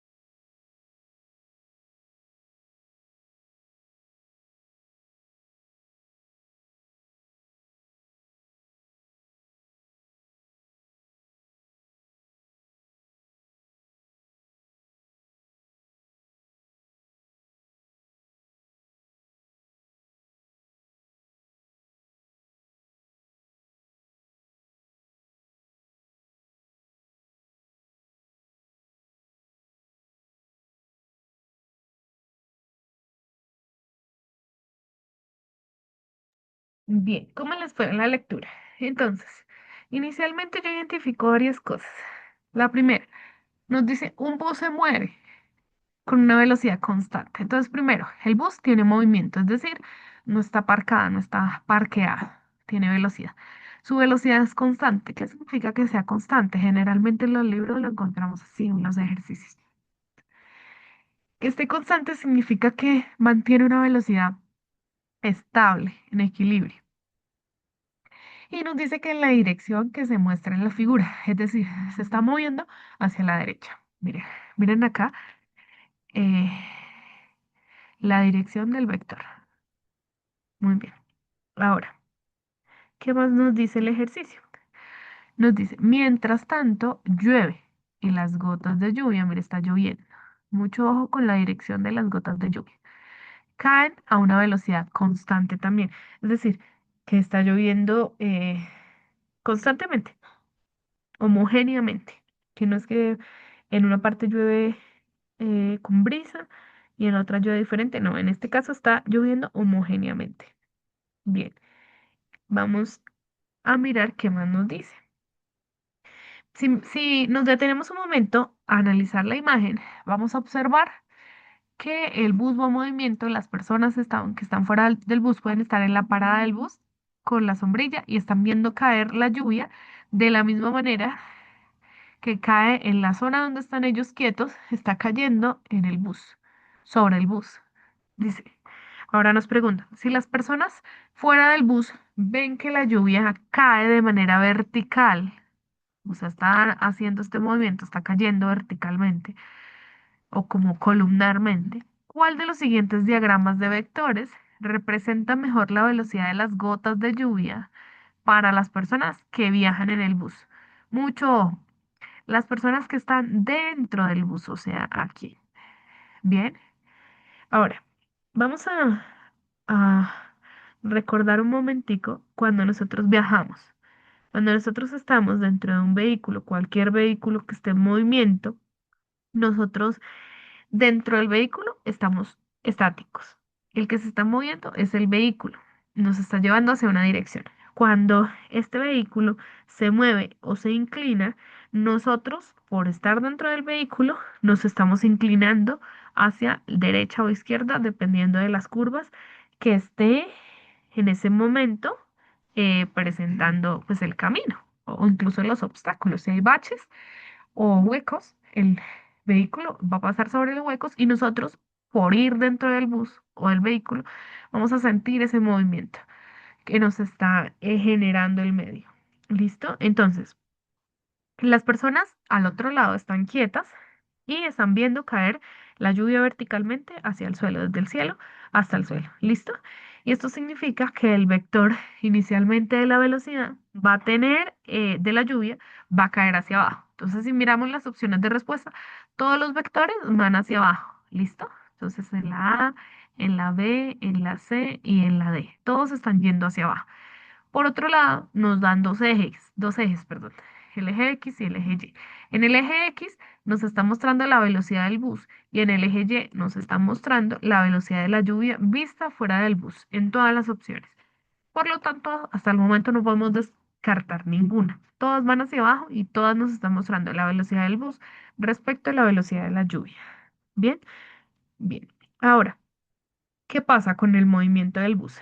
El bus está moviendo en este momento hacia la derecha. ¿Listo? Acá a la derecha. Y el bus está ejerciendo ese movimiento. Es decir, el bus se está desplazando hacia la derecha con una velocidad constante. ¿Qué están viendo las personas dentro del bus? Es básicamente lo que nos están preguntando. ¿Cómo están viendo las personas dentro del bus la lluvia? ¿Mm? ¿Qué diagrama de vectores está cumpliendo? Entonces, realmente, cuando las personas están viajando dentro del bus, ocurre un movimiento relativo. ¿Listo? Aunque la lluvia esté cayendo, sigue cayendo hacia abajo, no significa que la lluvia va a dejar de caer verticalmente. Las personas que van dentro del bus se están moviendo, desplazando hacia la derecha. Entonces, al generarse este movimiento, la lluvia va a tener un efecto de movimiento. ¿Listo? Entonces, como las gotas van a venir desplazándose, de arriba hacia abajo, pero el bus está en movimiento, cuando se hace el corte entre el bus y las gotas de lluvia, las gotas parecieran como venir de adelante hacia atrás. ¿Listo? Entonces, ¿qué pasa? ¿Por qué yo interpreto esto de esta manera? Como si las gotas cayeran. ¿Listo? Nosotros generalmente vemos que caen sobre el parabrisas. ¿Listo? ¿Por qué? Porque el coche va en movimiento, el bus, y en ese momento se van chocando. Si usted está, un ejemplo, podríamos tomarlo como cuando usted va en un auto y mira hacia los costados, hacia los laterales. Usted ve que, por ejemplo, los árboles, las casas, todo el paisaje hay a su alrededor se va, como tiene un movimiento, ¿no? Usted ve que ellos pues naturalmente están quietos, pero en el momento en el que usted va a esa velocidad constante o va en movimiento, en el desplazamiento, usted ve que ellos se van quedando hacia atrás, ¿listo? Aunque ellos no se muevan, ellos están yéndose hacia atrás, ¿listo? O sea, en una velocidad contraria a la velocidad, o bueno, al movimiento, al desplazamiento que usted lleva. ¿Listo? ¿Sí me hago entender? Todos hemos visto este fenómeno, ¿sí? Entonces, cuando hay un árbol, una casa, una parada, una persona, entonces siempre nosotros vamos hacia la derecha, en este caso, nosotros en este bus vamos hacia la derecha y las cosas se están quedando hacia el lado contrario. ¿Listo? A medida que vamos avanzando. Listo. Entonces, vamos a ir viendo las gotas de lluvia igualmente de adelante hacia atrás, como si estuvieran yendo hacia el lado izquierdo, o sea, hacia el lado contrario. Bien. Básicamente, si lo quisiéramos hacer físicamente, diríamos que el vector de la lluvia, vamos a ponerle doble L, que significa lluvia, diferenciador del vector del bus. Listo. Esto sería básicamente igual al vector de la lluvia. Acá ponemos el vector de la lluvia menos la velocidad del vector del bus. Listo. Básicamente, el ejercicio radica en que hay un componente vertical y está hacia abajo. Listo, la lluvia sigue cayendo hacia abajo. Hasta el momento todas las opciones están bien. Ahora, si nos estamos desplazando, perdón, hacia la derecha, voy a descartar todas las opciones que lleven el mismo desplazamiento, o sea, hacia la derecha. ¿Qué opciones llevan el desplazamiento hacia la derecha? Tenemos la A y tenemos la D. ¿Listo? Bien. Y ahora nos quedamos con la B y con la C. ¿Qué pasa con la B y la C? Nosotros estamos viendo un crecimiento de la gráfica, ¿listo? Entonces estamos mirando que se mueven en diferentes direcciones, ¿listo? Aunque las dos van hacia la misma dirección, o sea, en sentido hacia la izquierda, básicamente ellos están alternadas, ¿sí? O sea, si nosotros hiciéramos el ejercicio de mover, miren por favor, necesito que miren o detallen, por favor, como la orientación, la dirección. Entonces, en este caso, la velocidad del bus de la A está como hacia la izquierda. La gráfica de la D y de la C se encuentra hacia la derecha. Si podemos ver, acá está el ángulo de 90 grados, acá está el ángulo de 90 grados del vector. Aquí está el ángulo en el plano cartesiano y el ángulo del plano cartesiano entre el eje X y el eje Y del plano cartesiano, ¿no? Entonces seguimos analizando. Estamos entre la opción B y la C. Entre la opción B nos dice que la velocidad de la lluvia vista desde afuera del bus y la velocidad del bus van creciendo desde el lado izquierdo hacia la derecha. En cambio, en la opción C nos están diciendo que vamos desde la derecha hacia la izquierda, pero vamos contrarios a el ángulo, o bueno, lo que sería el plano original como el plano cartesiano. Por lo tanto, esta no sería una buena opción. ¿Por qué? Cuando nosotros dibujamos un plano cartesiano, déjenme un segundito y les pongo acá, porque a mí las líneas no me salen tan derechas. Vamos a hacerlo acá con las imágenes. Bien, cuando nosotros dibujamos un plano cartesiano, acá está, nosotros tenemos que tener en cuenta varias cosas. Entonces, nosotros acá lo vamos a denominar siempre, el horizontal lo vamos a denominar X y el vertical lo vamos a denominar Y. Esto, esta primera parte, y lo voy a colocar en otro color, esta primera parte aquí es positiva. ¿Sí me hago entender? Cuando nosotros dibujamos la otra parte del plano cartesiano, nosotros lo dibujamos como y' y como x'. Ay, ay, ay, como x'. ¿Qué significa la prima? Que estamos trabajando en valores negativos, ¿sí? En el plano cartesiano. Por lo tanto, como aquí esta porción del plano cartesiano me corresponde a esta porción del plano cartesiano, me estoy moviendo en valores negativos. Por lo tanto, descartaríamos de una vez la opción C. ¿Con cuál nos vamos a quedar? Con la opción B. ¿Estamos de acuerdo hasta ahí? Vamos a corroborar. Ajá. Pregunta 14, opción B, la velocidad del bus. Recordemos el plano cartesiano y que nos vamos a mover en valores positivos. Bien, vámonos con la siguiente pregunta, que sería la 15. Pregunta número 15. Hasta el momento todo claro, ¿verdad? Sí, señora. No, ok. Bien, la pregunta 15 es de química. Entonces, por favor, mucho ojo con esta pregunta. Bien, dice la extracción minera de oro. Ay, yo les iba a colocar, se me olvidó, una imagen de cómo es la extracción de oro. Pero bueno, aquí vamos a hablar un poquito más de la teoría, no tanto de la práctica. Dice, en la extracción minera de oro se emplea cianuro de sodio. ¿Cómo cambiar el color? Ya. Se emplea cianuro de sodio y zinc. Y pues también ácidos fuertes durante el proceso de purificación. Entonces resulta que cuando ellos van, por eso es que la extracción de oro contamina tanto los cuerpos de agua, porque generalmente ellos necesitan agua, pero también contaminantes fuertes, químicos fuertes, como el cianuro de sodio o el zinc, que van a los cuerpos de agua y generalmente pues generan bastantes enfermedades a futuro.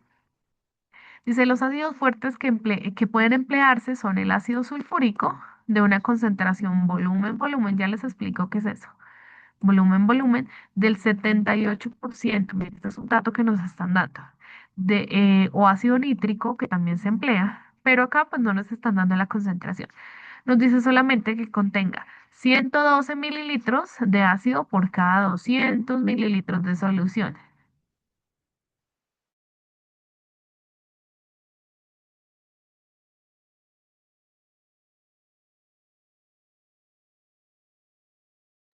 Bien, entonces, ¿qué es lo que pasa? Aquí nos están hablando del ácido nítrico, de dos ácidos bastante fuertes, y el ácido sulfúrico. ¿Listo? Bien, también nos están hablando de la concentración volumen-volumen. ¿Qué significa esta concentración volumen-volumen? Básicamente es que según el volumen que me están dando, yo voy a poder hallar la concentración de, de ese ácido en particular. Listo, entonces vamos a ir a las opciones de respuesta. Bueno, la pregunta que nos están preguntando para ir directamente a las opciones de respuesta y poder desarrollar el ejercicio. Entonces nos dice, si en la extracción del oro se requiere usar el ácido de mayor concentración, ay, de mayor concentración, otra vez, ¿cuál ácido debería emplearse? Entonces, vuelvo y repito, en el ejercicio nos están dando dos tipos de ácido, el ácido sulfúrico y este nos están dando la concentración del ácido sulfúrico y después nos están dando el ácido nítrico, de este no nos están dando la concentración, nos están diciendo que es una fórmula volumen-volumen, pero nos están mostrando cuál es el volumen inicial. Entonces, que contenga 112 mililitros de ácido por cada 200 mililitros de solución. Las opciones de respuesta nos necesariamente tenemos que hallar la fórmula volumen-volumen para poder, porque nos están hablando de mayor concentración. La concentración solamente se expresa en porcentajes. Entonces, ¿qué necesito yo? Si ya tengo la concentración del 78%, que es la del ácido sulfúrico, Necesito hallar la concentración del ácido nítrico. ¿Listo? Entonces vamos a ir a eso. ¿Listo? Voy a borrar por aquí un momentico para pasar a la siguiente. Bueno, vamos a mirar las opciones de respuesta primero. La A nos dice, el ácido nítrico, porque como su volumen es mayor, que el de la solución de ácido sulfúrico tiene una mayor concentración. Mucho ojo con esto porque, vuelvo y repito, del ácido sulfúrico solamente nos están dando la concentración. Por otro lado, la voy a colocar de otro color. Del ácido nítrico nos están dando el porcentaje, volumen, volumen. ¿Listo? ¿Qué nos dice la A? Dice, porque como su volumen es mayor que el de la solución tiene una mayor concentración. Acá no nos están dando el volumen del, sí nos están dando el volumen del ácido nítrico, pero no nos están dando el volumen del ácido sulfúrico. Por lo tanto, la A no sería una opción correcta. Vámonos con la B. La B nos dice, la B nos dice, el ácido sulfúrico, porque la concentración volumen-volumen de ácido nítrico es del 56%. Acá ya nos están hablando de una concentración del ácido nítrico. Ya la vamos a hallar a ver si es esa. Por lo tanto, la B podría ser una opción. La C nos dice el ácido nítrico porque su concentración volumen-volumen es del 102. Ok, el volumen, que es el 102 mililitros que nos, 112, perdón, mililitros que nos están dando acá, no significa que el volumen sea la misma concentración. El volumen es diferente porque lo estamos evaluando en mililitros y la concentración la estamos evaluando en porcentaje. Por lo tanto, la C no sería una opción válida. Vámonos con la D. La D nos dice el ácido sulfúrico porque como su volumen es menor que el de la solución de ácido nítrico se encuentra más concentrado. Ok, el volumen del ácido sulfúrico en ningún momento no lo están dando, o sea, por ninguna parte no lo están dando. Por lo tanto, la D también la vamos a descartar. Y miren aquí una cosa importante. Aquí ya sabemos cuál es la opción de respuesta correcta. Sabemos que es la B, porque las otras las descartamos. Y aún no hemos hecho el ejercicio. ¿Listo? Entonces hay muchas preguntas que nos van a aparecer así. Denme un segundito, yo anoto por acá. Eh, ay, no, no tengo cómo pasarlo para acá. Bueno, vámonos para acá. 78% del ácido nítrico. Bien, entonces, en el porcentaje volumen-volumen, que es lo que nos están pidiendo, y esta sería la fórmula, se mide la concentración de una disolución. Ya hemos hablado de soluciones. Las soluciones tienen el soluto y tienen el solvente. El solvente generalmente es el agua. Entonces acá nos están hablando del porcentaje volumen-volumen. Aunque yo estoy empleando volúmenes, en este caso que son mililitros, voy a sacar una concentración a partir de esos volúmenes. Entonces en este caso, el porcentaje volumen, la concentración de porcentaje volumen-volumen va a evaluar el volumen del soluto con el volumen de la solución en mililitros. Y como es un porcentaje, generalmente siempre lo vamos a multiplicar por 100. ¿Listo? Entonces, nos dice de una disolución, indicando los mililitros, que son los ml, del soluto, presentes en cada 100 mililitros de la disolución total. Se calcula dividiendo el volumen del soluto entre el volumen total de la disolución y multiplicando finalmente por 100 para no alterar la ecuación, siendo común para líquidos y gases. Para esto es que generalmente se utiliza esta ecuación. Voy a Deme un segundo para anotar los datos porque no los tengo acá. Voy a anotarlos por aquí en una parte. Vamos a anotar. Creo que ahí no. Espérate. Deme un segundo. Ácido sulfúrico, H2SO4. Y nos dice que el ácido sulfúrico está a 78%.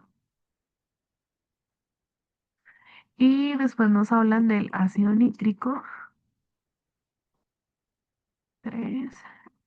Y el ácido nítrico dice que 112 mililitros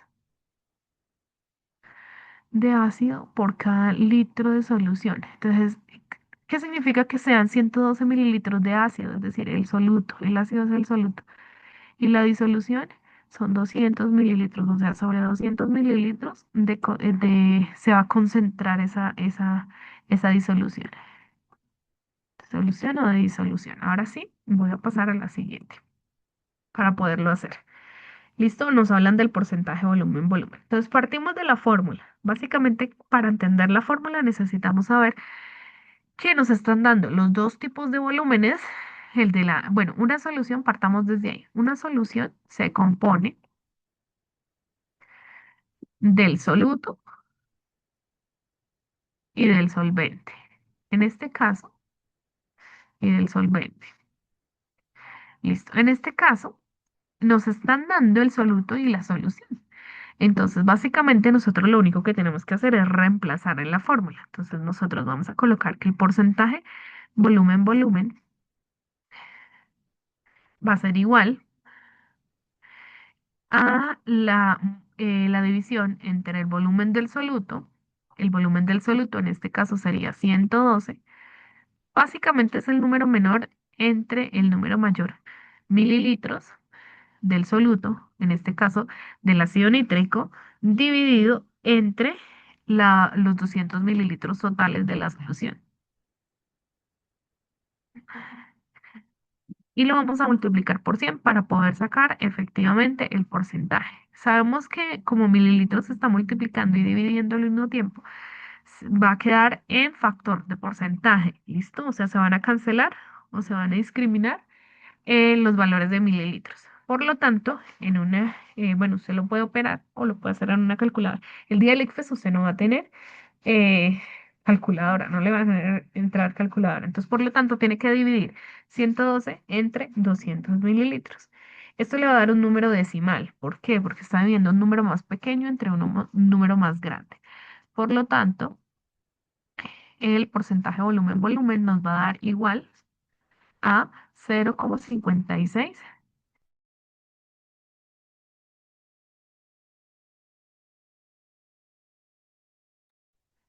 Volumen sería 0,56. Y como ya eliminé mililitros, simplemente me queda solo las unidades y lo voy a multiplicar por 100 para que me den factor de porcentaje. Cuando yo multiplico 0,56 por 100, es decir, estoy moviendo la coma dos veces, básicamente son dos ceros que tengo y voy a mover la coma desde aquí dos veces, o sea, dos ceros, es lo mismo que mover la coma desde aquí para acá y por lo tanto me va a quedar que el porcentaje volumen va a ser igual a 56. O voy a decir que eso tiene un 56% de concentración. ¿Listo? Entonces, básicamente, retomamos. El ácido sulfúrico SO2 me quedó una concentración del 78%, que es el que me estaban dando. Ahí yo no tuve que operar nada porque eso me lo dieron al inicio.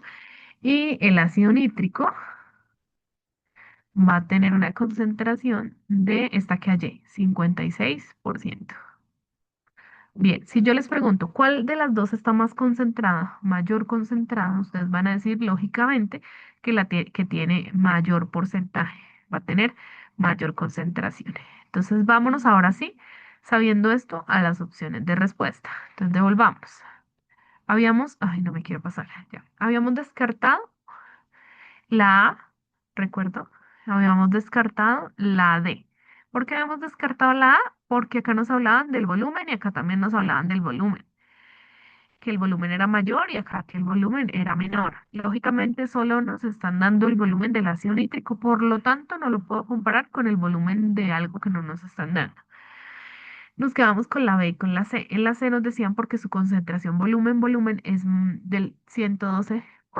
Entonces, en el ácido nítrico, los mililitros no significan que sean concentración de volumen, sino los mililitros en este caso, del soluto. ¿Listo? El soluto no puede estar solo, sino que tiene que disolverse para que se convierta en solución. Bien, entonces, como no nos están dando en este caso la concentración del ácido nítrico, sino que la tenemos que hallar y ya la hallamos y no nos dio 112, por lo tanto vamos a descartar la C. Ahora nos quedamos con la B. Con la opción B vemos que dice que el ácido sulfúrico. Bueno, la pregunta nos decía, ¿cuál ácido debería emplearse si en la extracción de oro se requiere siempre usar el ácido o usar el ácido de mayor concentración? Entonces, si sabemos que el ácido sulfúrico tiene una concentración del 78% y el ácido nítrico tiene una concentración del 56%. ¿Cuál tendría mayor concentración? El ácido sulfúrico. Por lo tanto, la opción correcta sería B. Bien. Y acá nos tienen la opción correcta, sería B. Listo, chicos, esa sería toda la clase por el día de hoy. Espero que hayan entendido, comprendido todo. Si tienen alguna duda, por favor me la comentan al inicio de la próxima clase. Nos vemos el siguiente martes a esta misma hora. En unos minutos les envío el taller para esta semana que vamos a trabajar y en la noche les estaré cargando la grabación de esta clase. Muchas gracias por su atención.